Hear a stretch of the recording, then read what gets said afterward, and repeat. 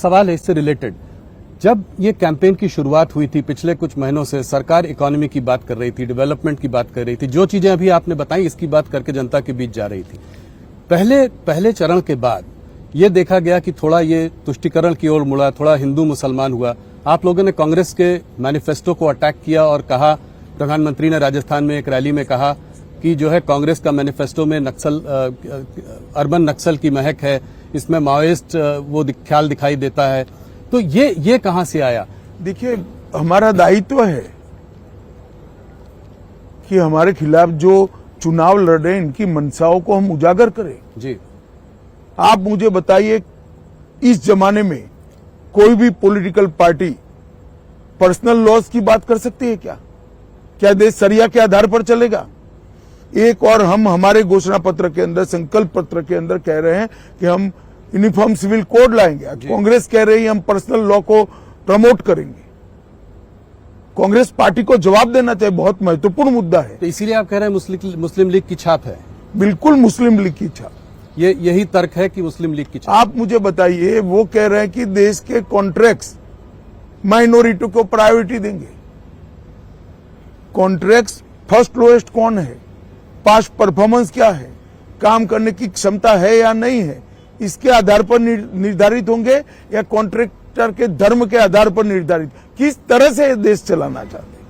देश की जनता को इसको सोचना पड़ेगा। बहुत समय के बाद देश तुष्टीकरण की राजनीति से नरेंद्र मोदी जी बाहर निकाल कर रहा है। ये फिर से उसी दिशा में ले जा रहे हैं, क्योंकि कांग्रेस जीतने का आत्मविश्वास गंवा चुकी है। प्रधानमंत्री जी ने उस रैली में यह भी कहा कि सबकी जमा पूंजी को चेक करके वेल्थ को रिडिस्ट्रीब्यूट किया जाएगा और वेल्थ रिडिस्ट्रीब्यूट करके मुसलमानों और घुसपैठियों को दिया जाएगा। ये कहां से आता है? ये वहां से आता है, देश के प्रधानमंत्री, तत्कालीन प्रधानमंत्री मनमोहन सिंह का बयान है, बड़ा प्रसिद्ध बयान था जी, कि इस देश के संसाधनों पर सबसे पहला अधिकार माइनॉरिटी का और माइनॉरिटी में भी मुसलमानों का है जी। अब जब वेल्थ डिस्ट्रीब्यूट करने की बात आती है तो संसाधन से ही होगी जी। सरकार उसको लोगों की संपत्ति को लेकर डिस्ट्रीब्यूट करेगी।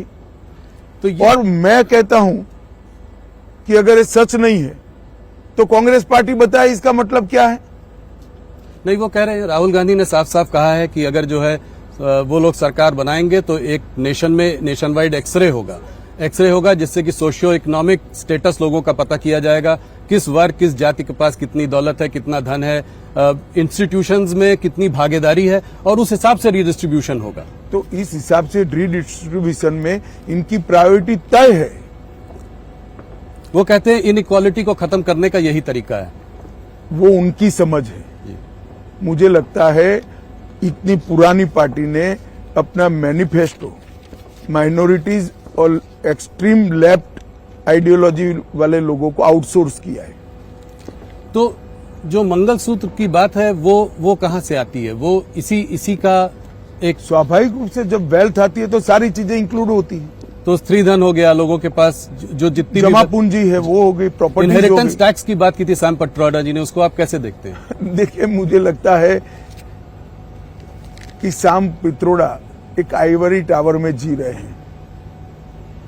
इनको इस देश के संस्कार, इस देश की जनता का मूड और इस देश की परंपराओं से कोई लेन देन नहीं। तो आप कभी नहीं लाएंगे इसको, इनहेरिटेंस टैक्स को, विरासत टैक्स कभी नहीं लाएंगे? हमने हमारा संकल्प पत्र जनता के सामने पारदर्शिता के साथ रख दिया। इसमें सारी बातें, हम कुछ छिपा कर नहीं करेंगे। एक और बात जो है, जो चर्चा में है इस वक्त, वो ये है कि मैनिफेस्टो को कांग्रेस के देखते हुए आप लोग कह रहे हैं कि ये ओबीसी रिजर्वेशन को काटकर मुसलमानों को दे देंगी। इस मैनिफेस्टो नहीं, ये कर चुके हैं जी।